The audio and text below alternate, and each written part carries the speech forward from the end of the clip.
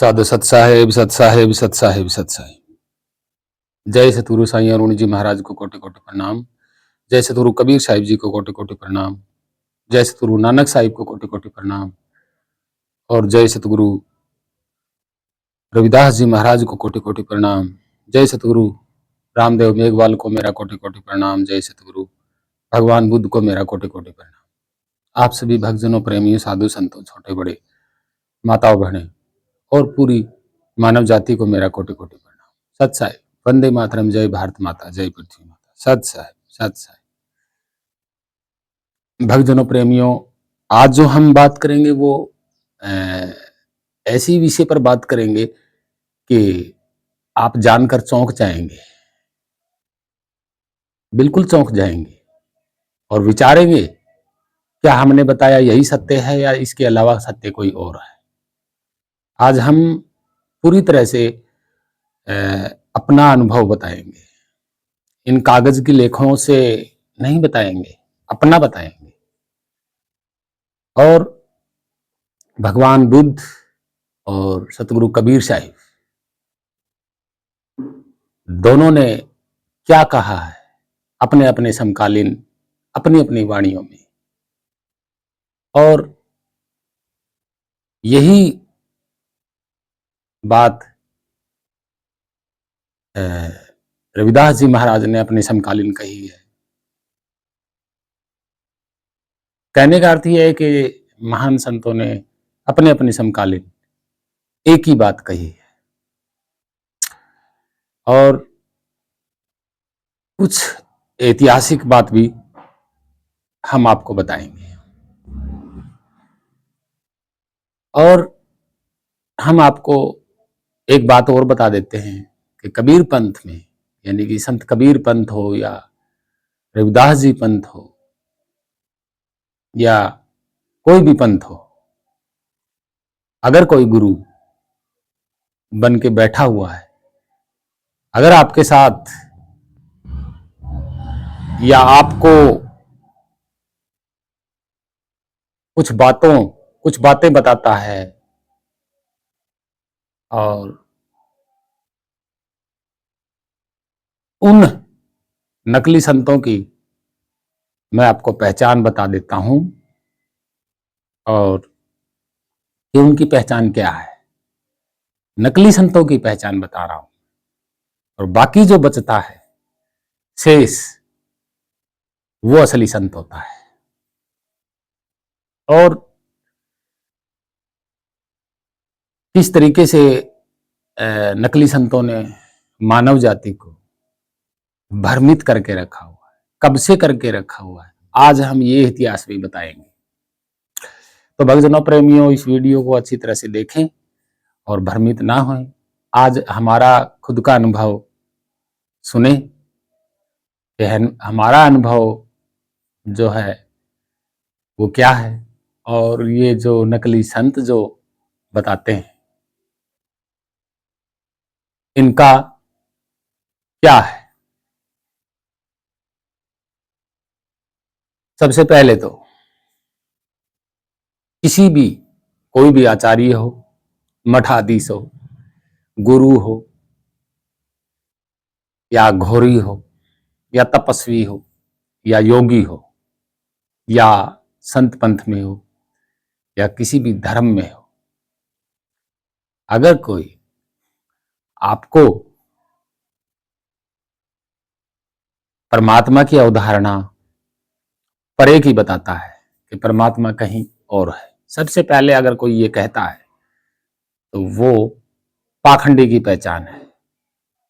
दूसरा, कि अगर कोई संत आपको परमात्मा का नाम बताता है, वो भी पाखंडी है। कोई आपको तपस्या साधना करना बताता है, वो भी पाखंडी है, वो आपको भ्रमित कर रहा है। कोई आपको ध्यान लगवाता है, कुंडली जागृत करवाता है, वो भी पाखंडी है, वो भी आपको भ्रमित कर रहा है। कोई गुरु आपको आपसे मंत्र जप करवाता है, मुख से या मन से, वो भी पाखंडी है। चाहे वो 1 करवाए या 5 करवाए या 3 करवाए या 2 करवाए या 7 करवाए, पाखंडी है, घोर पाखंडी है और आपको भ्रमित कर रहा है। कोई सतगुरु अगर आपको मोक्ष का लालच देता है, वो भी भ्रमित कर रहा है, पाखंडी आपके साथ खिलवाड़ कर रहा है जीवन के साथ, वो भी आपको पूरी तरह 100% भ्रमित कर रहा है। कोई देवी देवताओं की पूजा करवा रहा है, वो भी आपसे पाखंड करवा रहा है और पूरी तरह भ्रमित और आपके जीवन के साथ खिलवाड़ कर रहा है। कोई आपसे किसी भी प्रकार की साधना या टोना टोटका या मंत्र जाप कुछ भी करवा रहा है, वो 1 नंबर का पाखंडी है, आपके जीवन के साथ खिलवाड़ कर रहा है। ये सत्य है 100%, और आप भ्रमित हो जाते हो। कोई संत आपसे कुछ लेता है या आपसे मोक्ष के नाम पर धर्म दान पुण्य करवाता है, मोक्ष के नाम पर, मोक्ष का स्वार्थ देकर या मोक्ष का लालच देकर के, वो भी पाखंड फैला रहा है, वो भी आपके जीवन के साथ खिलवाड़ कर रहा है। कोई संत अगर ऐसो आराम में बैठा हुआ है, ऐस कर रहा है, या अपनी पूजा करवा रहा है, या अपने चरण धुलवा रहा है, या अपना नाम जपवा रहा है, वो भी पाखंड फैला रहा है और आपके जीवन के साथ खिलवाड़ कर रहा है, आपको भ्रमित कर रहा है। कोई गुरु अगर आत्मा, परमात्मा, जीव आत्मा, इनको अलग अलग बता के, और आत्मा परे है, भगवान परे है, ईश्वर परे है या परमात्मा परे है, और ऐसा कुछ करके आपको भ्रमित करता है, तो वो भी 1 नंबर का पाखंडी है, 100% पाखंडी है। कोई नरक स्वर्ग का आपको बताता है, अगले जन्म का भेद बताता है, या अगला नरक स्वर्ग के बारे में अगर आपको बताता है, वो भी आपको भ्रमित कर रहा है, 100% भ्रमित कर रहा है, वो भी पाखंडी है। वो भी अपना जो है अड्डा जमाना चाहता है। ये है नकली गुरुओं की पहचान,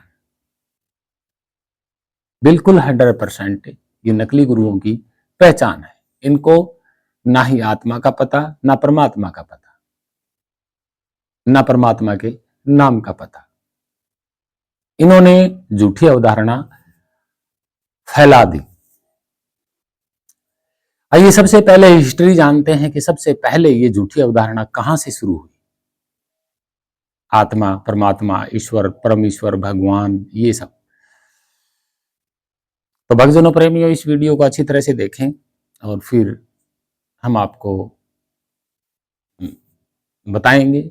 आगे और भी वीडियो बताते रहेंगे, लेकिन ये बहुत अहम वीडियो है और अपना खुद का मेरा अनुभव भी मैं आपको बताऊंगा।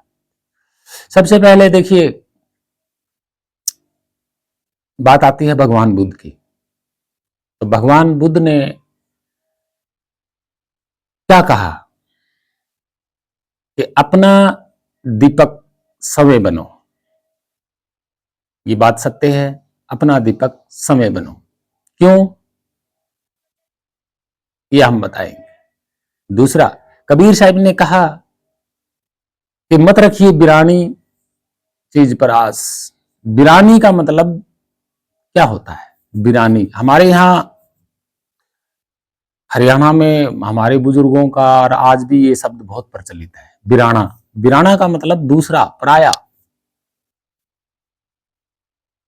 ये सत्य है, ये प्राकृत भाषा का, पाली प्राकृत भाषा का, हमारा भारत का मूल शब्द है बिराना। बिराना मतलब दूसरा, पराया। तो सतगुरु कबीर साहब ने क्या कहा? अपनी बाजुओं पे, अपने आप पर विश्वास कीजिएगा, अपने आप पे भरोसा कीजिएगा, ना कि बिरानी, पराये पर, दूसरों पर आस करना। ये किसने बोला? सतगुरु कबीर साहब ने अपने समकालीन। रविदास जी ने क्या कहा? हम सब एक स्वरूप हैं, किसी को ना सताएं, दया करें, करुणा करें, सेवा करें। नानक साहब ने क्या कहा? एक ही रूप सब में समाया। सभी महान संतों ने यही कहा। इसका अर्थ क्या बनता है? अपने को जान लिया, सब कुछ जान लिया। और ये पाखंडी क्या कह रहे हैं? सब या तो सतगुरु कबीर साहब के पीछे पड़े हुए, या रविदास जी के पीछे पड़े हुए, या नानक साहब के पीछे पड़े हुए। और रही बात भगवान बुद्ध, तो भगवान बुद्ध के पीछे तो कोई पड़ा ही नहीं। भगवान बुद्ध के मार्ग पे तो कोई पड़ ही नहीं रहा। पड़ जाता तो पता भी लग जाता सच्चाई का, इतिहास का। अगर कबीर साहिब और रविदास जी महाराज और नानक साहब ऐसे और महान संतों के पीछे अगर पड़े हुए हैं, तो उनकी बात को नहीं समझ रहे कि वो कहना क्या चाह रहे हैं, क्या कह गए वो। नहीं, उनके ऊपर चमत्कार बना बना के ठोक दिए लोगों ने। कब से? 1600 ईस्वी के बाद। हम पहले बता चुके हैं कि 1700 ईस्वी का इतिहास जो है, इन महान संतों को उजागर लगभग विदेशी यात्रियों ने किया है। यहाँ के मूल निवासियों ने इन महान संतों का कोई भी सच्चा इतिहास आज तक संभाल के नहीं रखा। यहाँ तक कि भगवान बुद्ध का जो 2500 साल पुराना सम्राट अशोक जैसे महान चक्रवर्तियों का इतिहास इन्होंने संभाल के नहीं रखा।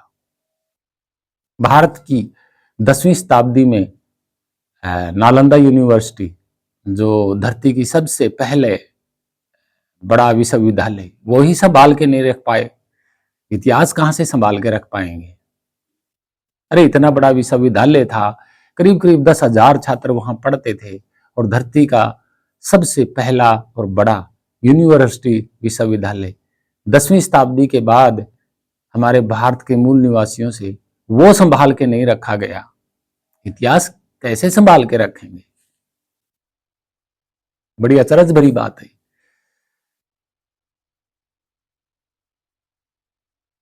और ना ही भगवान बुद्ध ने अपने से अलावा किसी देवी देवता या आत्मा परमात्मा या भगवान या ईश्वर परमेश्वर की कोई अवधारणा नहीं की। क्यों नहीं की? क्योंकि उस समय ना ही तो आत्मा नाम का कोई शब्द था, ना परमात्मा, ना ईश्वर, ना परमेश्वर, कुछ भी नहीं था। प्रचलित ही नहीं थे ये शब्द, अवधारणा ही नहीं थी। भाई ये शब्द प्रचलित थे ही नहीं तो अवधारणा कहां से होगी? 2500 साल पहले नहीं थी। ये सब के सब लोग गपौड़ी गाथा गा रहे। पाली प्राकृत भाषा में जो भगवान बुद्ध के समकालीन जो भाषा थी, जो पत्थरों पे लिखी जाती थी, अगर परमात्मा का नाम इतना बड़ा महानता होता तो भाई शिलालेख पे तो मिलता, सम्राट अशोक के समकालीन शिलालेखों पे मिलता, या उनके समकालीन किसी शिलालेख पे मिलता। लेकिन जितने भी शिलालेख निकल रहे हैं, उनकी भाषा में आत्मा या परमात्मा या ईश्वर परमेश्वर नाम का कोई शब्द नहीं मिलता है कि वो कोई और परे है परमात्मा, ऐसा कुछ भी नहीं मिलता है। और जितने गुफाओं में, पत्थर की गुफाओं में या शिलालेख, जितनी मूर्तियां मिल रही हैं, भगवान बुद्ध की मिल रही हैं, तो उनके नीचे भी ऐसा कुछ नहीं लिखा हुआ मिलता है। अब आइए 10वीं शताब्दी की इतिहास को पढ़ते हैं। तो 10वीं शताब्दी का इतिहास मैंने 10वीं क्या 7वीं 8वीं का इत्सिंग, फाहियान, वैनसोंग का इतिहास जो इनकी यात्रा मैंने पढ़ी, तो उसमें भी कोई भी प्रकार की ऐसी कोई अवधारणा नहीं है, या आत्मा या परमात्मा या ईश्वर परमेश्वर की कोई लोग मानते होंगे, नहीं है। 11वीं शताब्दी में अल-ब्रूनी की भारत यात्रा या अल-ब्रूनी का भारत, इसको मैंने पढ़ा, तो उसमें भी ऐसी कोई अवधारणा नहीं थी कि कोई आत्मा परे है या परमात्मा परे है या भगवान कोई परे है, बनाने वाला है किसी को, या ईश्वर परमेश्वर। अगर ये इतने महान होते शब्द उस टाइम प्रचलित होते, तो जितने यात्री आए हैं भारत की यात्रा करने के लिए विदेशी, क्या उनमें से कोई नहीं लिखेगा? कोई एक तो लिखेगा। लेकिन ये शब्द प्रचलित थे ही नहीं, तो कौन लिखेगा? मालूम ही नहीं थे, ये शब्द प्रकट ही नहीं थे। अब आते हैं 12वीं शताब्दी में। तो 12वीं शताब्दी में तो आपको पता ही है खिलजी का शासन था। तो खिलजी ने अपने चर्चनामा में या उसमें नामा में जो खिलजी ने जो लिखा है उसमें भी ऐसी कोई बात नहीं है। 13वीं शताब्दी में भी कोई बात नहीं है ऐसी आत्मा परमात्मा की। 14वीं शताब्दी में जाकर के ये जो अष्टांगी योग जो था रामानंद का, वो पतंजलि, जो पतंजलि है वो निकल के आया अपने जो है नालंदा यूनिवर्सिटी से। योग वो एक स्वस्थ शारीरिक योग साधना थी। योग को, योग से शरीर को ठीक करना, जैसे मानसिक रोग है ना, इस तरह के रोगों को ठीक करने के लिए एक वो आयुर्वेद या समझो या योगासन उपचार समझो, वो उपचार था। वो कोई भगवान की प्राप्ति का योग नहीं था अष्टांगी। और विष्णु जो शब्द है वो नालंदा यूनिवर्सिटी में प्रचलित था और वो भगवान बुद्ध का ही नाम था। एक 10,000 नामों में से विष्णु नाम भगवान बुद्ध का था। और उनको रामानंद ने जो है पीढ़ी दर विष्णु को मानता आ रहा था और उसने विष्णु भक्ति फैलाई हुई थी 1400 ईस्वी में। उस वक्त भी कोई आत्मा परमात्मा ईश्वर ऐसा नहीं था प्रचलित शब्द, यानी कि 1400 ईस्वी में। और इसके सतगुरु कबीर साहिब समकालीन, तभी तो सतगुरु कबीर साहिब ने कहा था ना भाई, विष्णु विष्णु करने से या विष्णु की भक्ति करने से मुक्ति नहीं होगी। ना रामायण प्रचलित थी, ना महाभारत, ना वेद, ना शास्त्र, कुछ भी प्रचलित नहीं था। क्योंकि 1400 ईस्वी में प्रचलित होगा कैसे? मूल निवासियों की तो शिक्षा बंद थी। मूल निवासी तो शिक्षा प्राप्ति नहीं करते थे, स्कूल ही नहीं थे, इनके लिए कोई व्यवस्था नहीं थी, इसलिए वो पढ़े लिखे नहीं थे। अब पढ़े लिखे नहीं होने के कारण इतिहास गायब हो गया। तो भक्तजनों, प्रेमियों, साधु संतों, हाथ जोड़ के विनती है कि 1400 ईस्वी का पूरा इतिहास पढ़िएगा, पता चलेगा कि आत्मा परमात्मा की अवधारणा का इतिहास 1400 ईस्वी से शुरू हुआ था कि परमात्मा कोई और है, आत्मा कोई और है, भगवान कोई और है। और भगवान जो शब्द है वो भगवान बुद्ध को ही दिया था। किसने? सम्राट अशोक ने। तो आप सोच सकते हैं कि ये नाम कब से प्रचलित हुए थे। क्योंकि 1400 ईस्वी में ईसाई धर्म भी खूब अपना प्रचार करता था। वो परमेश्वर कहता था यीशु को।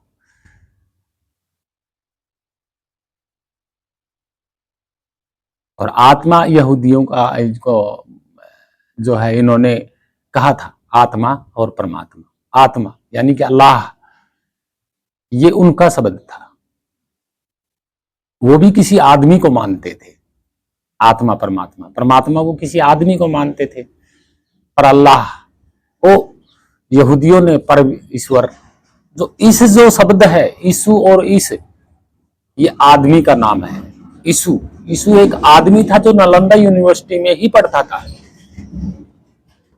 गुरु गोरखनाथ भी नालंदा यूनिवर्सिटी में पढ़ते थे।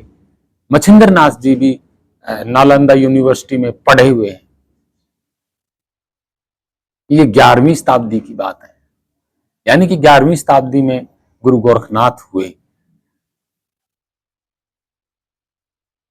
तो ये झूठी अवधारणा क्यों फैलाई गई कि 1400 ईस्वी में सतगुरु कबीर साहिब को जो है गुरु गोरखनाथ मिले, उनकी ज्ञान चर्चा हुई, ज्ञान गोष्ठी हुई, ये झूठी अवधारणा 1400 ईस्वी के बाद फैलाई गई। आत्मा, परमात्मा, ये सब।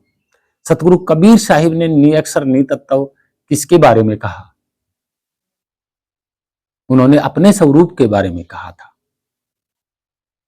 अपने स्वरूप के बारे में कहा था, किसी और स्वरूप के बारे में नहीं कहा था।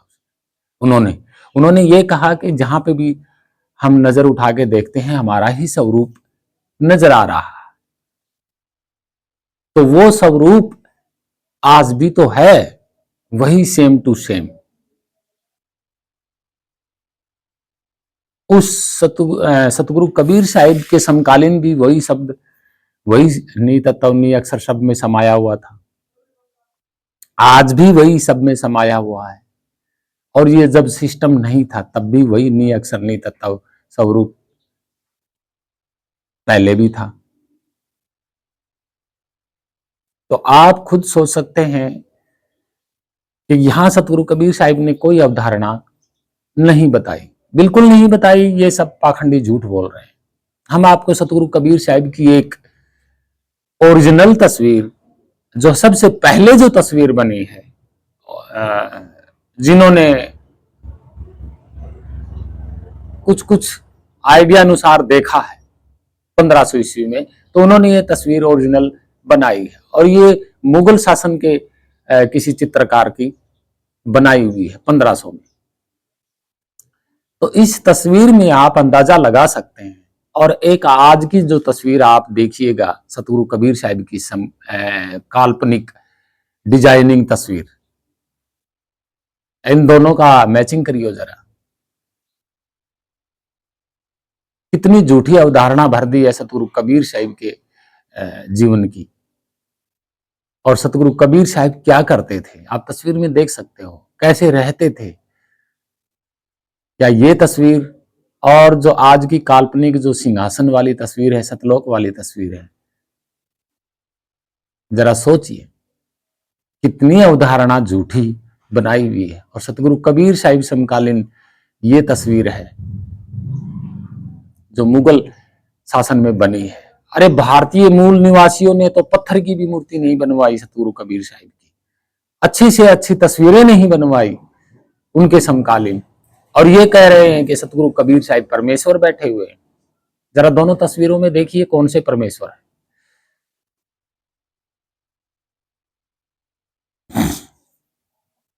आप देख रहे हैं तस्वीर, और इन्होंने क्या से क्या बना दिया।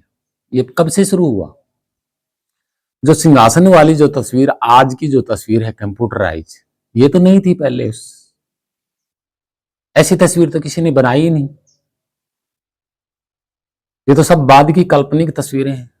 तो ओरिजिनल शासन, मुगल शासन की तो तस्वीर ये है। जिन्होंने देखा है तो उन्होंने बनाया भी है। ये इक्की दुक्की तस्वीर ही मिलेंगी, इससे ज्यादा कोई तस्वीर नहीं। उन्होंने अपने अनुभव कैसे बताया? निअक्षर सार शब्द और शब्द स्वरूप, जो सबका सार है, जो आदि नाम है, सत्य नाम है, वो वही स्वरूप का नाम बता रहे हैं सतगुरु कबीर साहब, जो आज हम सब में विद्यमान है। साईं जो शब्द है, ये सतगुरु कबीर साहिब ने नहीं बोला कि सब घट मेरा साईं, नहीं। साईं जो शब्द है ये 1800 में जो शिरडी वाले जो साईं बाबा हैं, उनके समय में प्रचलित हुआ था।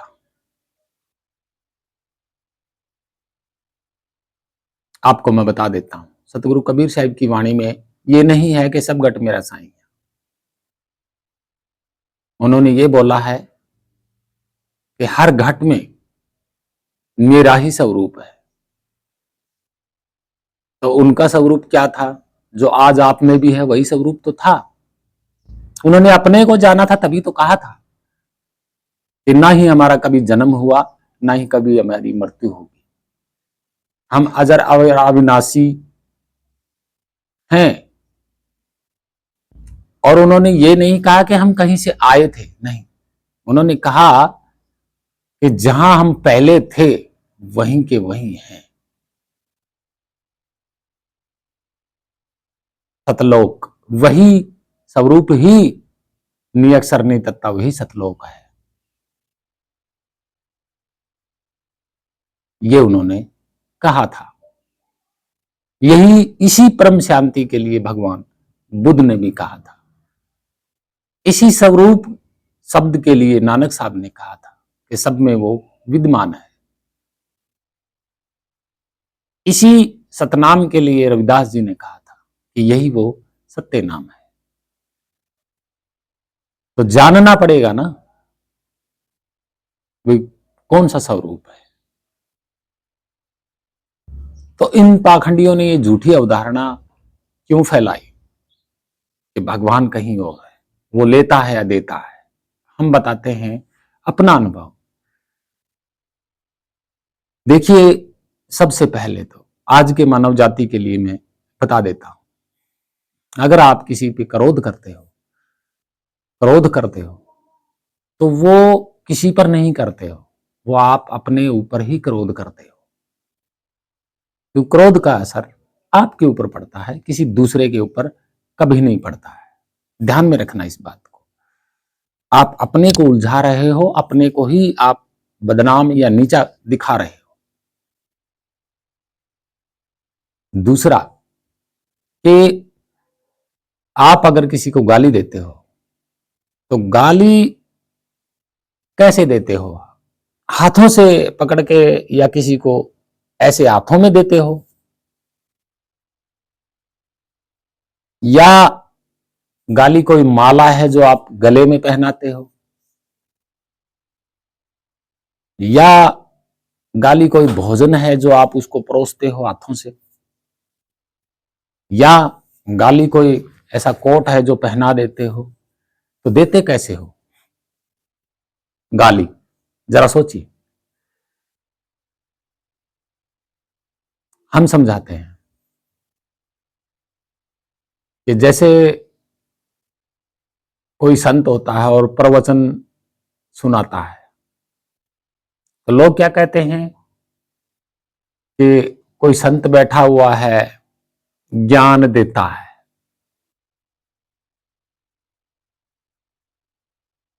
ज्ञान देता है तो वो कैसे देता है? क्या किसी को ऐसे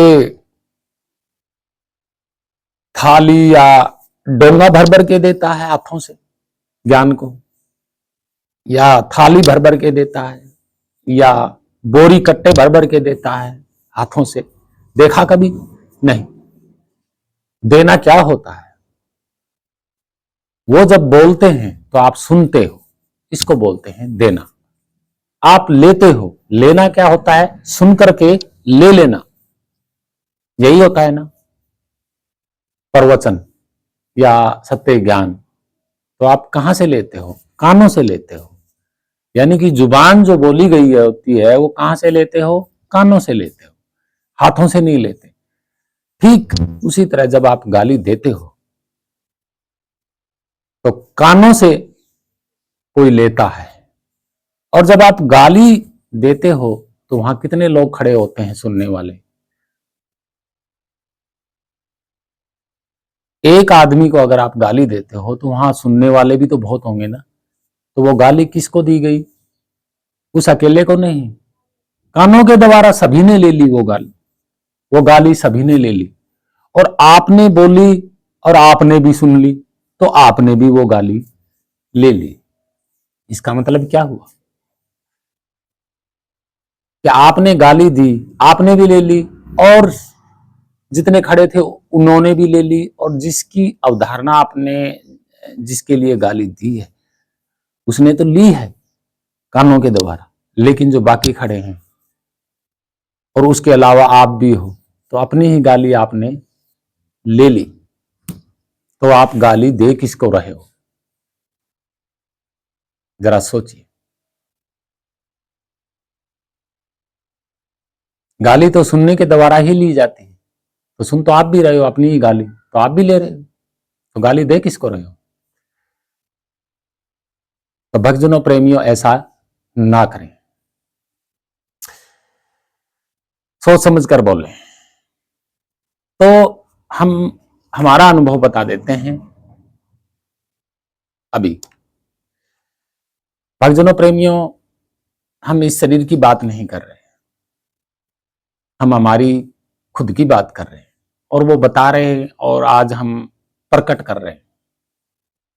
इसको अपने स्वरूप को प्रकट कर रहे हैं, जिस तरीके से सतगुरु कबीर साहिब ने अपने स्वरूप को प्रकट किया था। सबसे पहले तो ये सोचो कि मुझे, यानी कि मेरे स्वरूप को जन्म देने वाला कोई नहीं है, यानी कि मेरे स्वरूप का माँ बाप या भगवान या ईश्वर कोई नहीं है, ना ही मेरे स्वरूप को किसी ने बनाया। यहां शरीर की बात नहीं हो रही। दूसरा कि मेरे स्वरूप को कोई हाथों में ही नहीं ले सकता, देख ही नहीं सकता।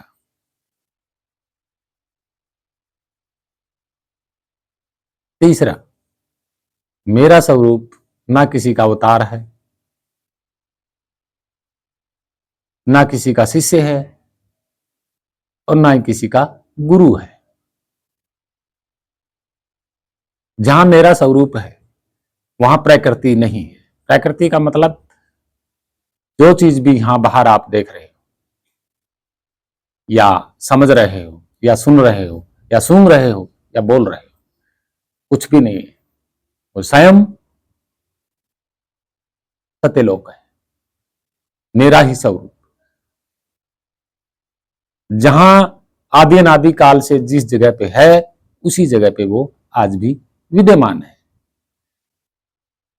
संसारिक प्रकाश, रंग, रूप, गंध, पदार्थ, तत्व, किसी का कोई प्रभाव कभी नहीं पड़ सकता। उसी मेरे स्वरूप से सब कुछ प्रकट हुआ है, सब कुछ उत्पन्न हुआ है। मेरा स्वरूप ना कभी आता है और ना कभी जाता है। मेरा स्वरूप जहां पहले था वहीं का वहीं आज भी विद्यमान है। मेरा ही स्वरूप सबके अंदर विद्यमान है। सब उसी मेरे स्वरूप में समाये हुए हैं और मेरा नाम ना भगवान है, ना ईश्वर है, ना प्रभु है, ना परमेश्वर है, ना ही परमात्मा है। मेरा स्वरूप ही मेरा नाम है और वो अजन्मा है। सब कुछ मेरे स्वरूप से उत्पन्न हुआ है।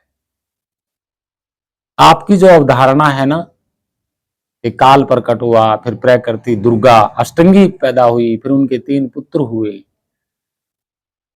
फिर उन्होंने ये सृष्टि रचना की, ये तो एक कहानी है, ये कभी हुई नहीं। ये जो कहानी आपको सुनाई जा रही है ना ग्रंथों की, शास्त्रों की, पुराणों की, ये 1400 ईस्वी के बाद प्रचलित हुई है। अगर आप इन कहानियों को सत्य मानते हो तो मेरा स्वरूप तो इनसे भी पहले है, यानी कि काल, दुर्गा, अष्टंगी, प्रकृति, ब्रह्मा, विष्णु, महेश, आपके देवी देवता, इनसे भी पहले मौजूद था मैं तो, और आज भी हूं। मेरे ही स्वरूप का खेल है ये और मेरा ही स्वरूप आज विद्यमान है और मेरे ही स्वरूप की सुरती संसार में भ्रमित हो गई, अपने ही बनाए खेल में भ्रमित हो गई और अपने स्वरूप को भूल चुकी थी। और अब हमारी सुरती ने अपने स्वरूप को जान लिया और जब जान लिया तो सब कुछ, सारा का सारा खेल और सत्य सामने आ गया। मेरे स्वरूप के अलावा दूसरा यहां कोई स्वरूप नहीं है, ना कोई ईश्वर है उस स्वरूप के अलावा दूसरा, ना कोई भगवान है, ना आत्मा है, ना परमात्मा है और ना ही परम ईश्वर है। बड़ी से बड़ी अगर शक्ति भी आप कल्पना करते हो मन में, वो भी मेरे स्वरूप के बराबर नहीं है। ये है सत्य। और मैंने आपको पहले बता दिया था नकली धर्म गुरुओं के बारे में, जो ये अवधारणा 1400 ईस्वी के बाद जो फैलाई गई थी, वही झूठी अवधारणा आज आपके दिलों में भी भर दी। किन्ने? इन नकली संतों ने। मेरा स्वरूप तो कभी पैदा ही नहीं हुआ, अजन्मा है। ना मैं कहीं से आया,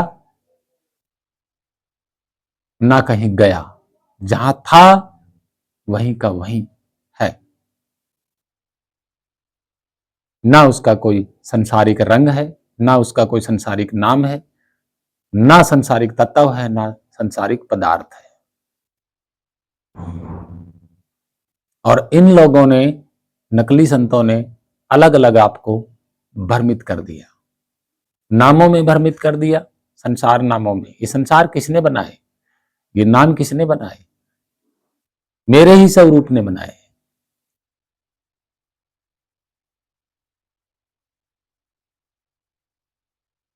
तो आपको कैसे भ्रमित कर दिया इन्होंने? हम बताते हैं कि अलख लोक कोई और है नहीं, मेरा ही स्वरूप अलख लोक है। अनामी लोक कोई और है, इन्होंने बताया नहीं, मेरा ही स्वरूप अनामी लोक है।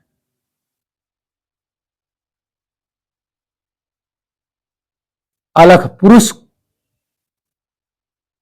कोई और बताया इन्होंने, ये भी झूठी अवधारणा इन्होंने डाल दी। हालांकि ऐसा नहीं, मेरा ही स्वरूप अलग पुरुष है। और इन्होंने तो अलग पुरुष कह दिया, हालांकि मेरा स्वरूप ना पुरुष है ना नारी है। इन्होंने कहा आदि नाम, वो आदि नाम मेरा ही स्वरूप है। इन्होंने कहा निअक्षर, वो मेरा ही स्वरूप है निअक्षर। इन्होंने कहा नितत्व, वो मेरा ही स्वरूप है नितत्व। इन्होंने कहा अलग से सार शब्द, वो मेरा ही स्वरूप है सार शब्द। इन्होंने, पाखंडियों ने कहा अलग से कि सार नाम कोई और है, नहीं, वो मेरा ही स्वरूप है सार नाम। नाम तो इन्होंने बनाए हैं। इन्होंने कहा सत्य नाम, नहीं, अलग से नहीं है सत्य नाम, वो सत्य नाम मेरा ही स्वरूप है। इन्होंने कहा ज्योत निरंजन, नहीं, वो ज्योत ज्ञान स्वरूप मेरा ही स्वरूप है। अलख निरंजन, निरंजन का मतलब मैंने बताया था ना, बिना विकारों का, अकलंकित, जिसपे कोई कलंक नहीं है। अलख, वो मेरा ही स्वरूप है। इन्होंने कहा परम आत्मा, अलग नहीं है, वो मेरा ही स्वरूप है। क्योंकि इन्होंने तो अवधारणा बनाई है। परमेश्वर, ये भी इनकी झूठी अवधारणा है, वो मेरा ही स्वरूप है। इन्होंने ब्रह्म बताया, परब्रह्म बताया, ये भी इन्होंने अलग से झूठी अवधारणा भर दी। लेकिन ऐसा नहीं है, वो मेरा ही स्वरूप है। और जो मेरा स्वरूप है, वो जितने भी यहां जीवधारी प्राणी है, वो सबका ही स्वरूप है। वो एक स्वरूप सब में विद्यमान है। अगर इस कोई सच्चा सतगुरु इस एक का भेद बताता है, वही सच्चा होता है। इसके अलावा अगर कोई मंत्र बताता है, पूजा पाठ बताता है, योग साधना बताता है, कड़ी तपस्या बताता है, योग बताता है, किसके लिए?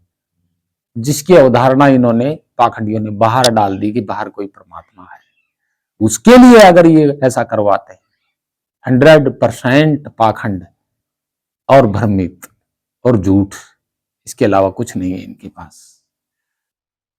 जो बात हमने बताई है वो अब मेरा अपना अनुभव है। अब बात आती है संसार की। मेरा जो स्वरूप है वो संसार के किसी भी तरीके से मैचिंग नहीं करता है। अब आप खुद सोच सकते हैं कि संसार में क्या क्या हो रहा है, क्या कुछ है, तो उसमें कहीं पे भी मैचिंग नहीं होता है। और जब मैचिंग नहीं होता तो मेरी यहां कौन सी चीज है जो मैं अपने निज स्थान पे ले जा सकता हूं? नहीं, मेरी यहां कोई चीज नहीं है।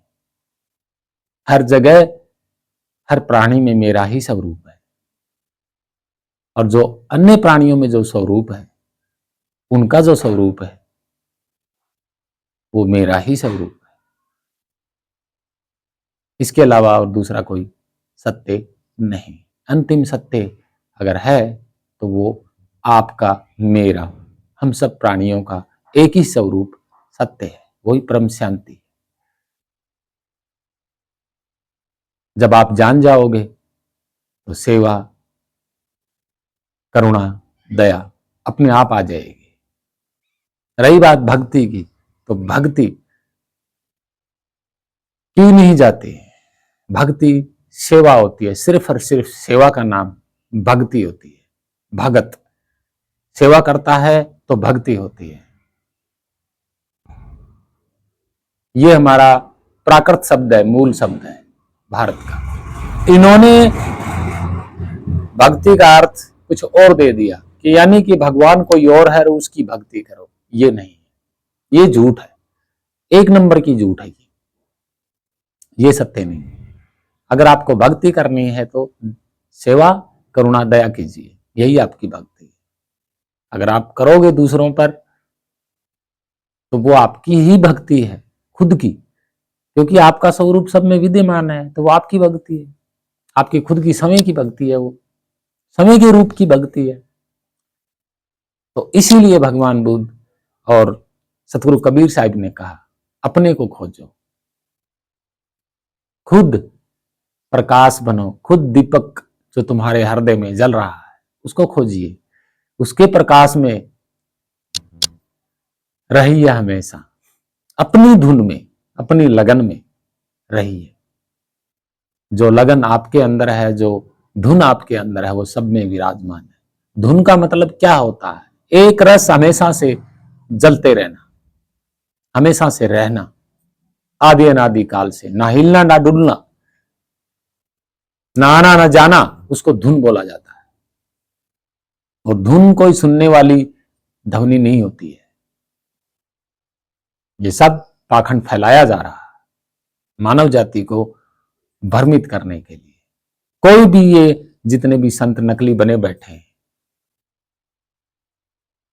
किसी को भी, ये किसी भी मानव को, मनुष्य को खुद का स्वरूप के बारे में या स्वरूप के भेद को नहीं बता रहे। असली जो इतिहास है, असलियत जो है, सत्य जो है, छुपाए जा रहे हैं, आज भी छुपाए जा रहे हैं। और कोई इस बात पे विचार नहीं करता है, कोई अंधभक्त विचार नहीं करता है। अगर इनकी अवधारणा के अनुसार अलग से कोई है, आपके स्वरूप के अलावा अगर कोई है, तो ये दिखाते क्यों नहीं है? दिखाते क्यों नहीं है? कहां है? नहीं, ये बिल्कुल कोरी करारी झूठ बोल रहे हैं और झूठ ही फैला रहे हैं। ऐसा कुछ भी नहीं। आपके स्वरूप के अलावा दूसरा कोई नी तत्व या नी अक्षर या सार शब्द या आदि नाम, सत्य नाम या अलख अनामी दूसरा कोई नहीं है। जो कुछ भी है आपका स्वरूप ही है, और स्वरूप आपके शरीर के पास ही है, दूर कहीं नहीं है। सुरती कौन है? ज्ञान कौन है? बुद्धि कौन है? मन कौन है? सुरत आपकी शकल है, रियल शकल, रूप। जैसे ये शरीर है,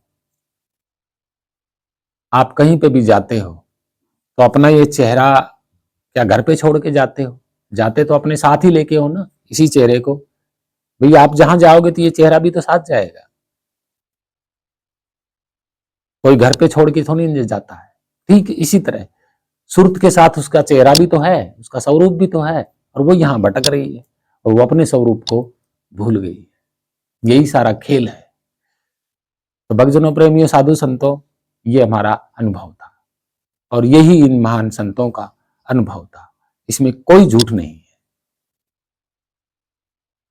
और पाखंडी नकली गुरुओं से आप बच के रहिए। जो मैंने बताए हैं, अगर ये कोई करवाता है तो वो पाखंडी गुरु है। रही बात इन कथा कहानियों की, तो ये 1400 ईस्वी के बाद प्रचलित हुई। सारे नाम, सारे देवी देवता, सारे भगवान, ये सब बाद में प्रचलित हुए। नरक, स्वर्ग, आत्मा, परमात्मा, सब 1400 ईस्वी के बाद प्रचलित हुए। किसके शासन में? मुगल शासनों में।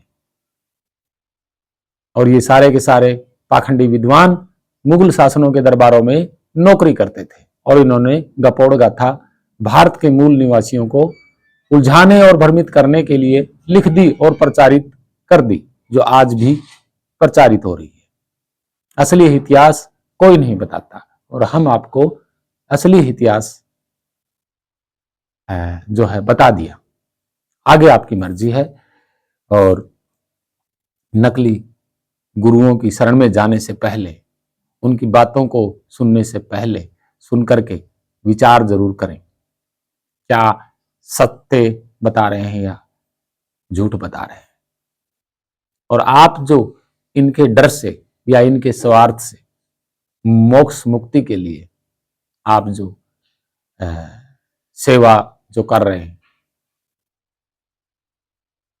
वो सिर्फ आप अपने स्वार्थ के लिए कर रहे हो। रियल में जो सेवा होती है वो स्वार्थ के लिए नहीं होती। वो कर्तव्य, इंसानियत, मानवता के हृदय दिल से अलग से होती है। मानवता की सेवा अलग विचार से होती है, ना कि स्वार्थ से। आप मोक्ष मुक्ति के नाम पर या उस मोक्ष मुक्ति के स्वार्थ पर आप जो आश्रमों में सेवा या दान ऐसा कुछ कर रहे हैं, तो वो आपका भ्रम है। हां, अगर आपको मानवता या जीवों की सेवा करनी है तो बिना स्वार्थ के, आप बिना गुरु दीक्षिणा के आप कुछ भी करें। भूखे को रोटी दें, जीवों की सेवा करें, कपड़ा लत्ता दें, वो क्या है? इंसानियत, मानवता सेवा। वो स्वार्थ में नहीं होती, मोक्ष मुक्ति के स्वार्थ में नहीं होती। वो एक दूसरे की दर्द समझना, एक दूसरे की मुसीबत समझना, ये होता है। इंसान बन करके, मानव बन करके सेवा कीजिए। मोक्ष मुक्ति की या स्वर्ग नरक की अवधारणा पे आप पुण्य जो कर रहे हो, उससे आपको कोई लाभ नहीं होगा। अगर आपको मानवता सेवा करनी है तो मानव इंसानी तौर पे, कर्तव्य के तौर पे कीजिए कि ये मेरा कर्तव्य है। और कर्तव्य ना मोक्ष के लिए होता है, ना मुक्ति के लिए होता है, ना पुण्य और ना स्वर्ग के लिए होता है, ना किसी लाभ के लिए होता है। कर्तव्य कर्तव्य होता है, वो हर हालात में किया जा सकता है। यही सत्य है। तो किसी के कहने से धन को ना लुटाएं, गरीब बच्चों को पढ़ाएं, ये सबसे बड़ी मानवता की सेवा है। गरीब बच्चों को पढ़ाना, उनको शिक्षा देना, उनको सही रास्ता दिखाना, ये मानवता की सेवा है। और यही बात हम आपको इतिहास पढ़ा रहे हैं, यही हमारी सेवा है जो हम आपको दे रहे हैं। आपको भ्रमित होने से हम बचा रहे हैं। आप खुद को जानिए, किसी भेदी गुरु के, संत की शरण में जाइए जो आपका स्वरूप आपको बताए। और आपके स्वरूप के अलावा यहाँ दूसरा कोई स्वरूप है ही नहीं। आपका स्वरूप अजन्मा है। यही सत्य है। और अंतिम अपने ही सह शरीर अपने स्वरूप में समा जाना। उल्टी अवधारणा मत लेना कि इस शरीर के साथ आप चले जाओगे सब लोग, नहीं, अपने रियल स्वरूप में ही आपकी सुरत समा जाना ही सह शरीर जाना होता है। आपका रियल शरीर तो शब्द स्वरूप है, वही है सह शरीर आपका। सुरत भी आपका शब्द स्वरूप है। जब वो मिल जाते हैं तो सह शरीर जाना होता है। हमने जान लिया तो हम भी अंतिम समय में सह शरीर ही चले जाएंगे, किसी को दिखाई भी नहीं देंगे। और जितने भी यहां शरीर छोड़े हैं मानवता ने या मनुष्यों ने, कोई नहीं दिखाई दिया आज तक, तो हम कैसे दिखाई देंगे भाई। यह है सत्य बात जो हमने आपको बताई है, और इस बात पे विचार करें। कमेंट में जरूर लिखें, कोई मन में सवाल है तो जरूर लिखें, हम आपको बताएंगे। सत्साहिब आप सभी महान मानवता को, महान मनुष्यों को, महान संतों को, भक्तों को, छोटे बड़े सभी को मेरा प्रणाम। सत्साहिब। वंदे मातरम। जय भारत माता, जय पृथ्वी माता। सत्साहिब।